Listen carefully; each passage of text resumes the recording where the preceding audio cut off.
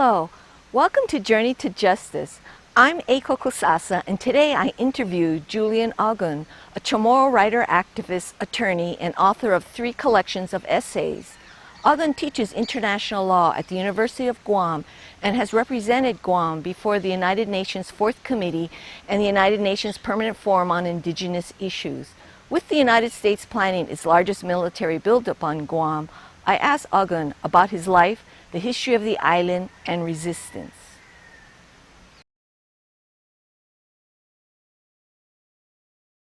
I was born and raised on the Pacific island of Guam. It's in the western Pacific, in the northwestern Pacific, in an area known as Micronesia. So Guam is the southernmost and largest island in the Mariana Island chain. So the rest of the northern islands are now politically organized under another rubric, the CNMI, the Commonwealth of the Northern Mariana Islands. But Guam and the CNMI historically, for at least 4,000 years, are one people with one language and one culture and one history. And it got divided by? Guam was taken pursuant to the Treaty of Paris after the conclusion of the Spanish-American War. Guam went to the United States in 1898 along with Puerto Rico and the Philippine Islands. And that same time, Germany got the Northern Mariana Islands. Oh, interesting. But we've been divided since 1898. Yeah, I was just thinking that's what colonizers usually do, divide people. Classic maneuver. Yeah. And so you were raised most of your life on Guam? I was born and raised my entire life in Guam. With the exception of 2 years, I went to live, I think it was 2nd and 3rd grade. I went to live in Portland, Oregon because my mom was getting an MSW, a Master's in Social Work. At that time, quite rare. So she went and she packed up her family and we all went to Portland, Oregon. We came back. So I basically lived all my life in Guam until college. I left for college and I came back. Okay. How did you come to political consciousness? Oh, God, I thought about that question. I thought about that question a lot.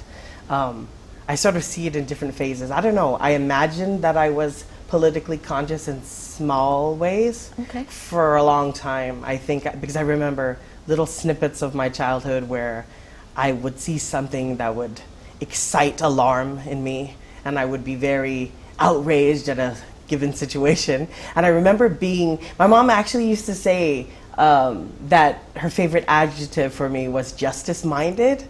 So she would say I was her little justice-minded child who would go around and pronounce upon some situation of injustice and respond accordingly.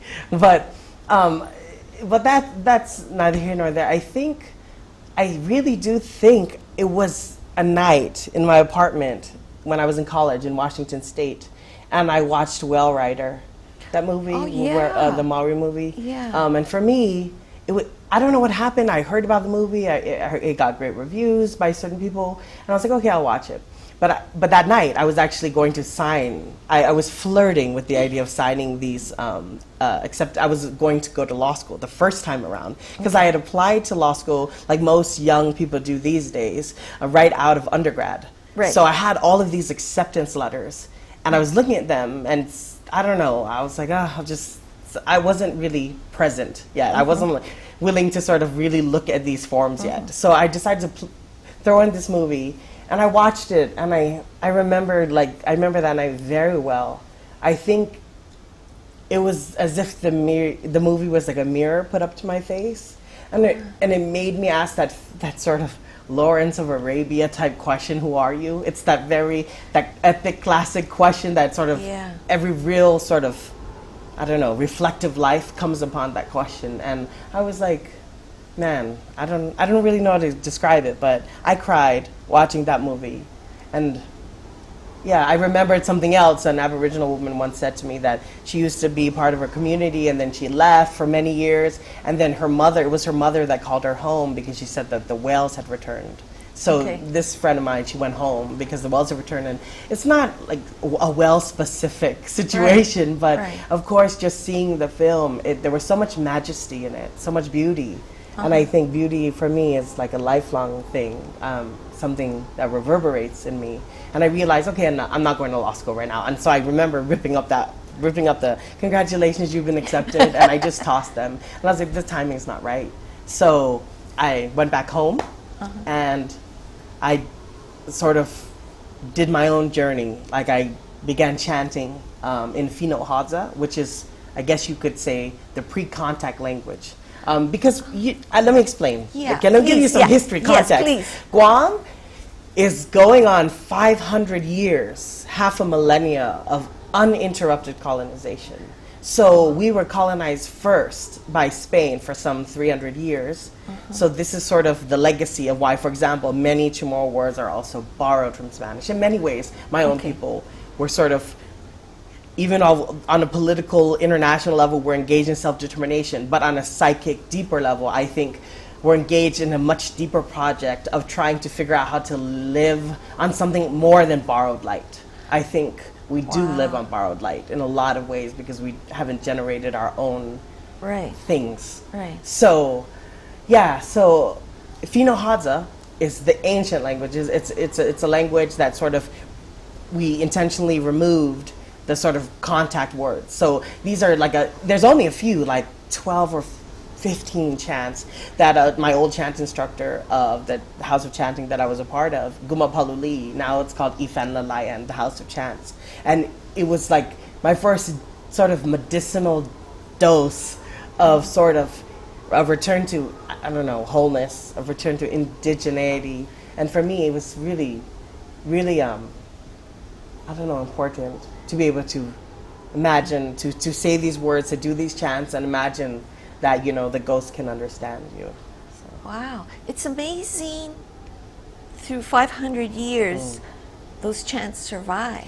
Yeah. The language. The chants didn't know. This is interesting. I sort of imagine the people, my chant instructor and the circle of people who worked with him, they worked for many years to sort of recreate the chants based on oral history, based on the survived 16th century documents of where custom was noted by people like, I can't remember their name right now, but the conquistadors who came, the people who did some of that recording.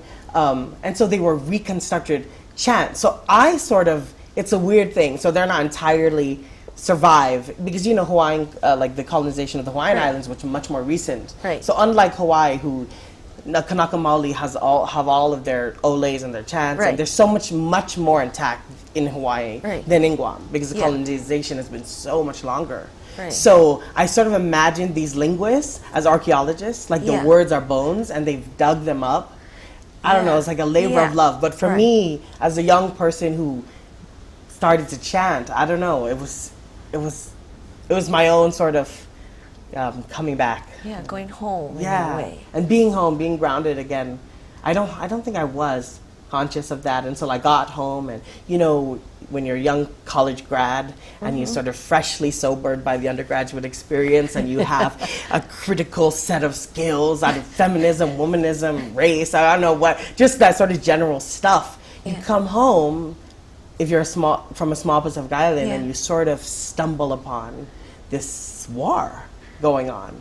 Because when I got back, the shit was, already hitting the fan, or about to. And right when I graduated college, it seemed, I left in 2004, I got back in Guam in 2005. And I'm sure you know some about the military buildup on Guam. Right. But in 2005, that's when the U.S. first announced its plans to hyper-militarize the island of Guam. Guam is so small. It's a 30-mile-long island. And the plans they were already talking about in late 2005, where I was like, oh my God, this is hyper-militarization compacting on the unresolved colonialism. So you have both sort of things. And to boot, there was a mass privatization agenda going on. Like Bechtel, that multinational corporation, infamous, they had been sort of vying for some sort of contract to privatize the water. And it was me, and not just me, but sort of a cadre of young Chamorro activists who got together, and we were trying to really wrestle with this thing of water privatization. None of us were, water experts. None of us had all these skill sets, but we had to become well versed in it enough and really fast because we had to sort of what the hell? So, I sort of became familiar with Bechtel's experience, the World Bank backed project to sort of privatize water there, and obviously that didn't turn out very well for the people who threw Bechtel off. And so it didn't happen. Yeah, there was no bloodshed, there was no deaths, but there was already a relinquishing of sort of the fight. Like when I got home, me and my friends and who became like my family, we really saw, oh my God, this is, when you're on Guam, in a place that's been under a foot for so long, when you talk about things like justice and water rights and how we shouldn't, relinquish our water to Bechtel. I mean, it's almost a romantic struggle. Not to romanticize the struggle, but there is such a good deal of imaginative armor that you have to have. You have to try to find a way to speak to your people in many different ways. I mean, I've said this before, actually. I think, for me, being an activist in Guam is, in a way, being a person that has to become fluent in different modes of communication. So when I speak to my cousins, people in Guam, we are very patriotic, quote unquote. Right. I mean, we're also economic conscripts, but we really do, to date, serve at 5 times the national average per capita in all branches of the U.S. Armed Forces. So along with Samoa, we're just, it's beyond the pale for us, and how militarized sort of our psyches have become. Yeah. So to come and talk about, indigenous rights, we should have rights to our water, I really realized quite quickly that it was very, you had to have a good deal of romance. I'm not against romance. I think my reading of Arundhati Roy, my favorite writer actually out of India, I really sort of got to reclaim the fact that I am not against romance. I think it's part of the equation for people who have to find their way. Right, right. I just want to mention for the audience that it was after World War II that the Guamanians felt like the Americans helped liberate them against the Japanese, right? And this is why it's part of, I would say, the difficulty in the struggle on Guam, right? Because a lot of the older generation are grateful to I'm so glad you asked me about that. Okay, so after the long Spanish colonization, America got us under the Treaty of Paris in 1898. So from 1898 till the beginning of World War II in 1941, when the U.S. knew that Japan was going to bomb Guam, the day after it bombed Pearl Harbor, the U.S. military left. They totally left Guam undefended. So Japan came in, and for 3 years we had horrific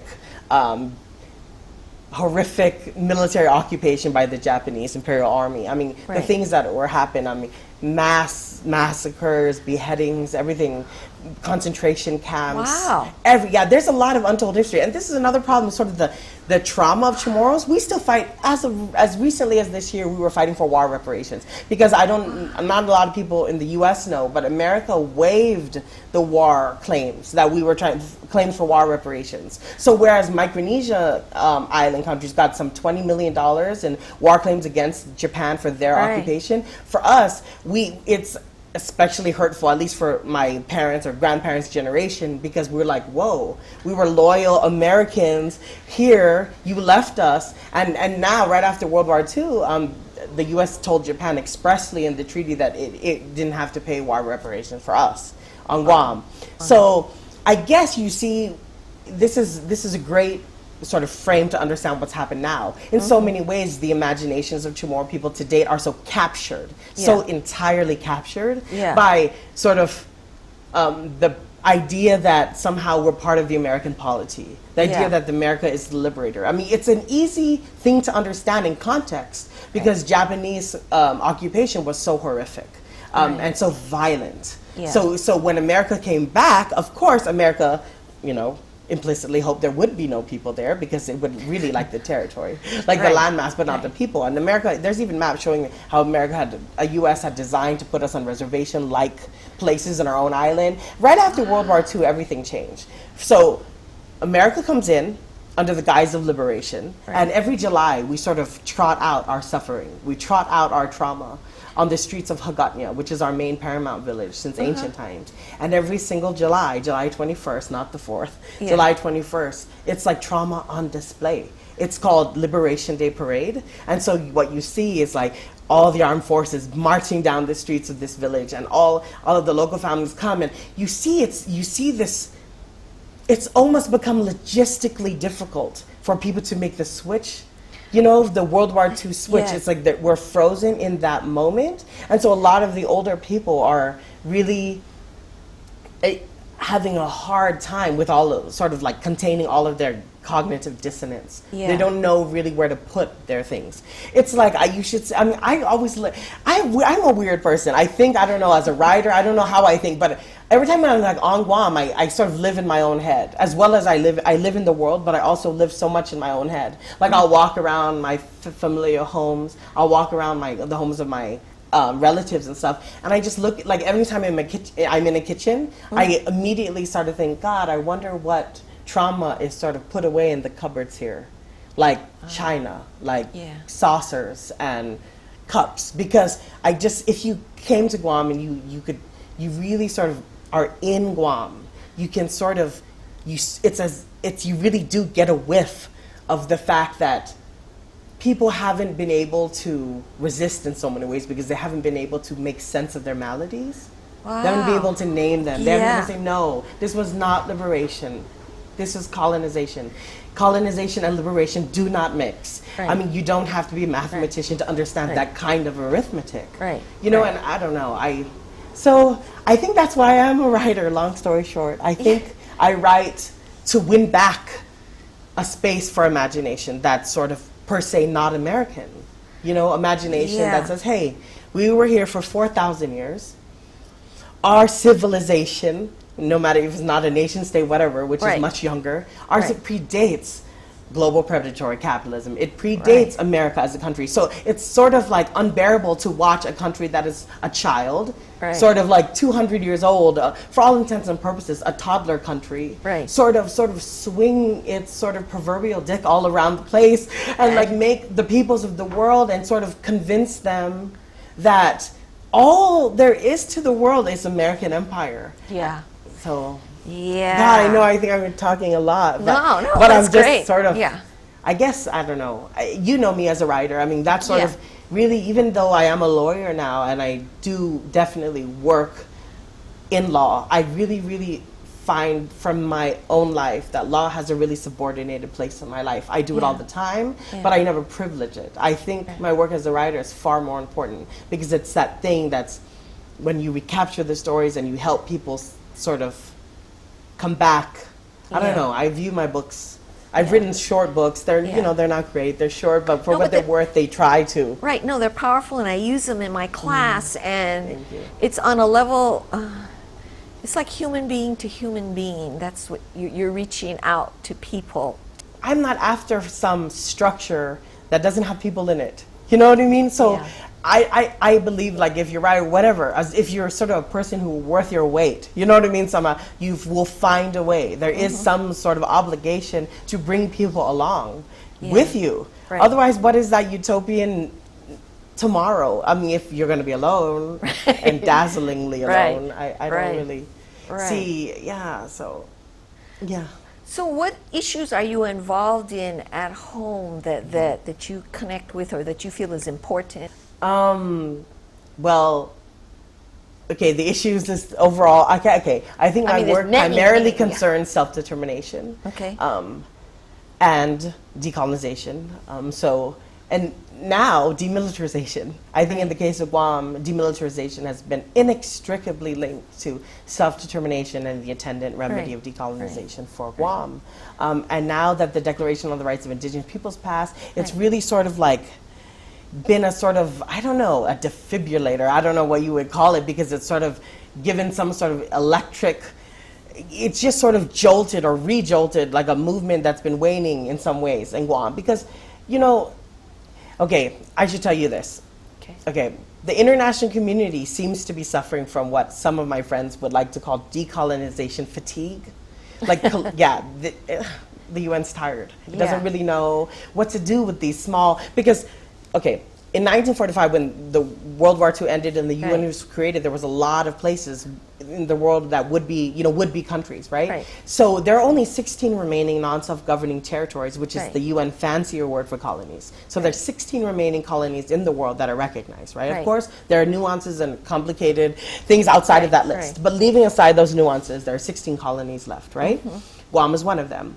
But most of these colonies are so far-flung. They're like tiny little islands in the Atlantic, Caribbean, and the Pacific. 13 of the 16 are administered by the United States and the United Kingdom. So it's just, it's I don't know, geographically it makes sense. If people are so far away, their grievances so out of sight, out of mind, really. I mean, and America, I don't know. I don't remember what writer said this recently, but I think it was recently when I heard this. America is actually such an insular place. It was Arundhati Roy. She said, she was describing Americans being so insular, and I really love the analogy. She was like, it's almost as if Americans have been raised in an alternative reality, and in some sort of deep ways, they were raised as if they were broiler chickens or pigs in a pen. Yeah, really, that's what she said. And I love that, because as if Americans, I don't believe they're so bad. I just believe we're at a point, the shit has just hit the fan all over the place, and we shouldn't be sort of satisfied with the explanation that, well, they don't know. Yeah, I know that they don't know, and I understand that. So many Americans don't know. But I think we're at a time where we need to demand a little bit more, if anything, spiritual maturity. I think we need to demand something more than just, oh, they don't know. So, because, I mean, I don't know what I'm going to do with that. I don't know, I can take that to the bank, that they don't know. And so, like, I'm not, like, irretrievably bitter about things like this, but I get some days in Guam, it's just the yoke is too heavy, and I feel incapable of being that patient and saying, finding excuses for the first world to sort of be better. And of course, it's not entirely their fault. The government, of course, has vested interest in many things, among them keeping the American population very scared. Right. Exactly. Fear is so lucrative. It's so convenient, right? So, on Guam, let me make this real. On Guam, the boogeyman of choice is China. So Guam, to put it in context, is part of a global project of spreading U.S. hegemony, right? So, the statistics. There's there's some 200,000 U.S. military troops, over 100,000 civilian employees, amassed in over 900 military facilities in some 46 countries and territories. That's sort of the official line, but actually, according to many commentators, those numbers are far too conservative. There are many more, because there are secret military facilities in Israel, Kuwait, the Philippines, etc. So there's so much going on, right? And I think it's part of the sort of manic military maneuvering of the United States, because it sort of doesn't have the ability to sort of figure out what to do, So that's the problem. But regionally, the boogeyman is China. It's sort of, the United States sort of conceptualizes now the Asia-Pacific region, and this lends itself perfect to the work of AFSC, Hawaii Area Program, Kyle Kajihiro, Terry Koolani, Ikai Kahasi. These people are doing a lot of great work in Hawaii, because they also see the truth that the U.S. sees the Asia-Pacific region as the most important geopolitical theater in the world now. In the Pentagon, they were actually saying, there was a quote that came out that said, the U.S. plans to run the world by 2015 from Guam and Diego Garcia. These are sort of the hubris. It's like putting the flag on the moon. I mean, this is sort of like, I don't know what, I think Americans should know these sort of the bravado that comes out of the Pentagon. My God, like, it's just, it doesn't end. It's like, China is, for example, the current Secretary of State, I think his name is Kurt Campbell, he was saying, in every way the United States is a Pacific nation, geopolitically, militarily, even diplomatically and economically. The Asia-Pacific is basically the home for all of these opportunities of the 21st century. This, as a writer, these are the things that really sort of get under your skin, and just spread. It's you can't contain this, because you don't know what to do with that. So the U.S., their use of words, it's an opportunity. So, even on Guam, I feel like as a writer, I always struggle with that. Just the really sort of reckless use of language all the time by even the local elite, the current administration, newly elected governor, now using Guamanian, for example. So here you have Obama signing the UN Declaration on the Rights of Indigenous Peoples. You have the arresting new historical moment where Indigenous peoples are formally and unequivocally recognized for the first time as peoples who have these whole sort of a wide array of rights, right? Indigenous peoples. And then you have us in Guam, so far away on this small little island, and our own local elite, completely imaginatively bankrupt, saying things like completely outdated 16th century things about how, it's not really about being Chamoru, it's about being inclusive, we're all Guamanian. I was like, no, that sounds nice. That sounds nice at first blush, but Guamanian is now being used, at least it's presently by the current administration on Guam, as genocidal language. It's language intended to disappear a people that have been there for 4,000 years. So these are the kinds of struggles for me that I find almost more important than the actual like vote of who gets to vote in self-determination right now. I just think the use of language and the deadening effect it has on the imagination, I think that's really what bothers me the most. Right, because you were saying earlier on how it is almost like a war of language, right? The word war. The word war. Yeah, right. I think lately I've been calling it the word war. Yeah. Actually, I saw on YouTube there was a talk you did at some conference. Okay. Indigenous was it Chamoru conference? And you were mentioning on how everyone has to become precise with the words they use. I was just taking my cue from other writers again. But that's an idea. Like, okay, when you're in Guam, if you were there, I can't wait till you come. I'll take you around myself.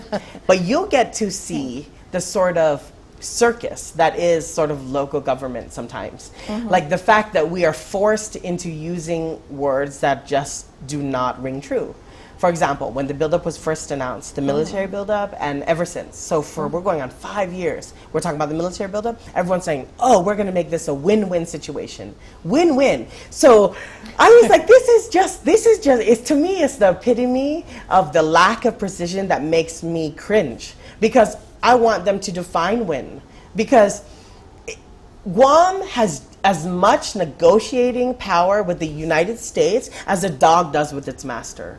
A dog does not negotiate with its master, just as the colonial government of Guam does not negotiate with the United States. So if we're going to lose and we're going to go out, let's put up a fight. Let's have some sort of, let's muster up enough sort of frankness, honesty, and sort of assess the situation for what it really is. The United States doesn't negotiate when it wants to make moves. And we are colonized. We're an UN recognized colony. The US is our internationally recognized as colonizer. And I don't know why this, I mean, I get it's political expediency, right? I get that it's useful language for people who love their positions in local government, their seats in the local legislature, for example, or who want to really find a way to deal with their dissonance. But I'm sorry, you can't deal with your dissonance at the cost of like everything.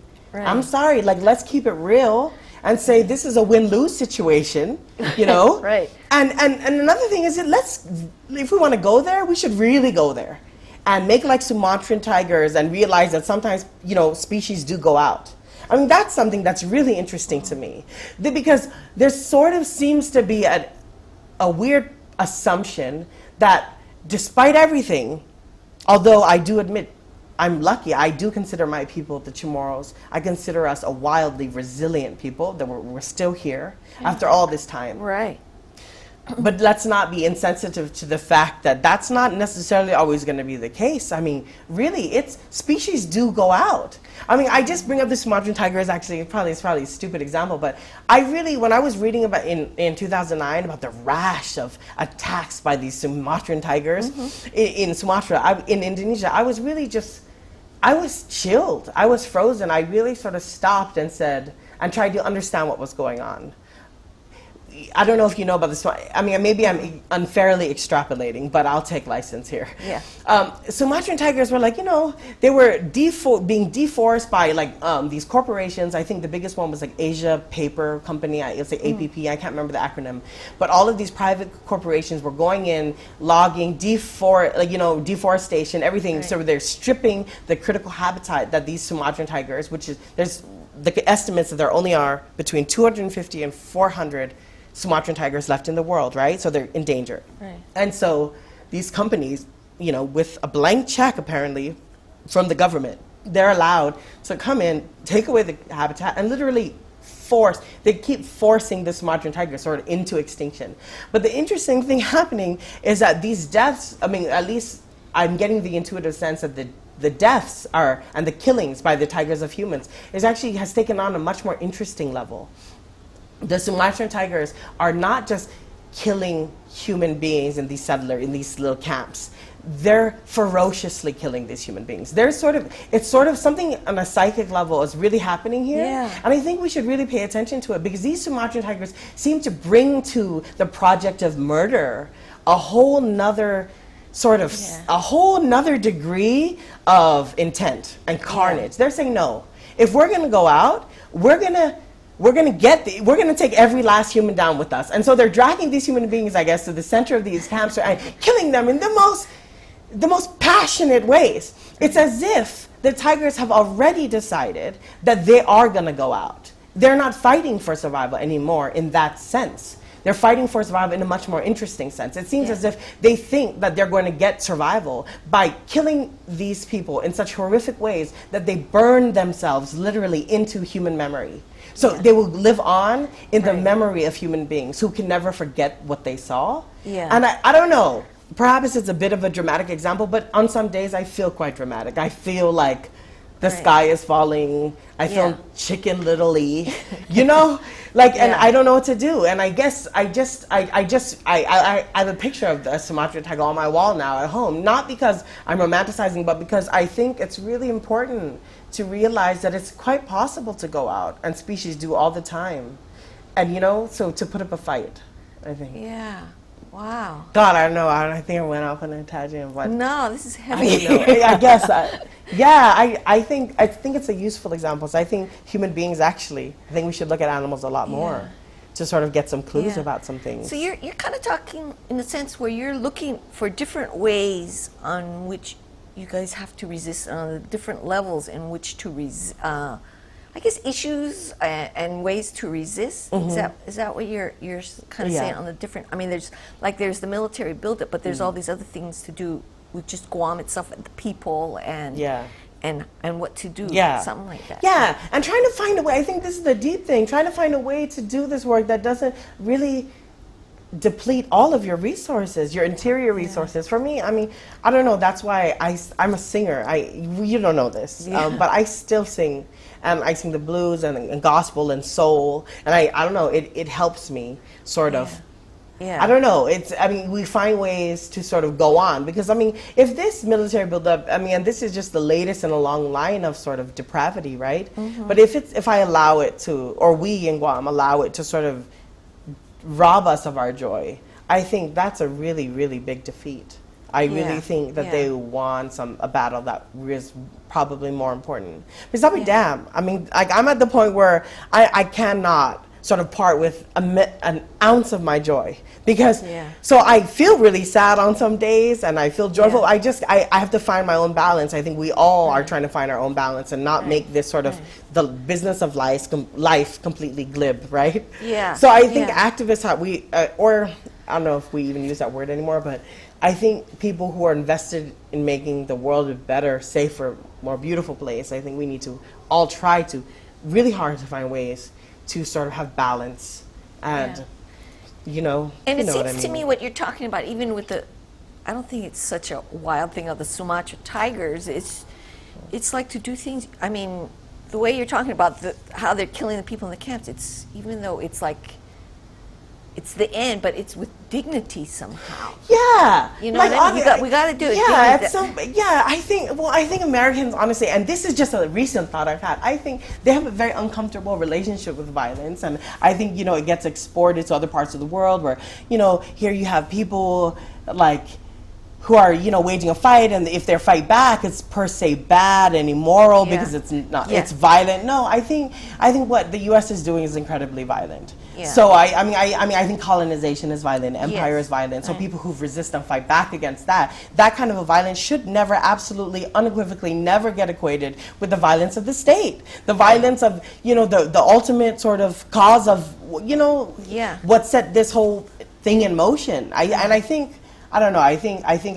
I'm not advocating violence for sure. I'm not gonna tell people for whom they have come to a point in their cognitive life that they think that they don't have any other option. I have nothing to say on that. Nothing to say. I reserve on the question because that's not my experience. Right. So of course, I'm not advocating it for Guam.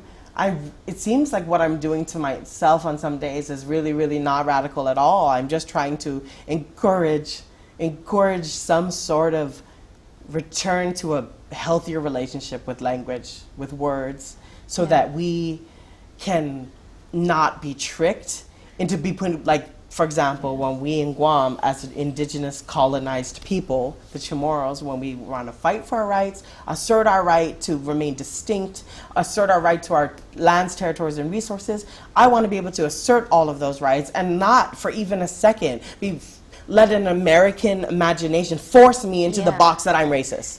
I'm sorry, like, I don't really, I think that it's like we're fighting it at that level. So I'm trying to, I guess, use some of my legal skills, but mostly my writing skills to try to help my own people literally drop their straitjackets, honestly, and sort of breathe a little bit better.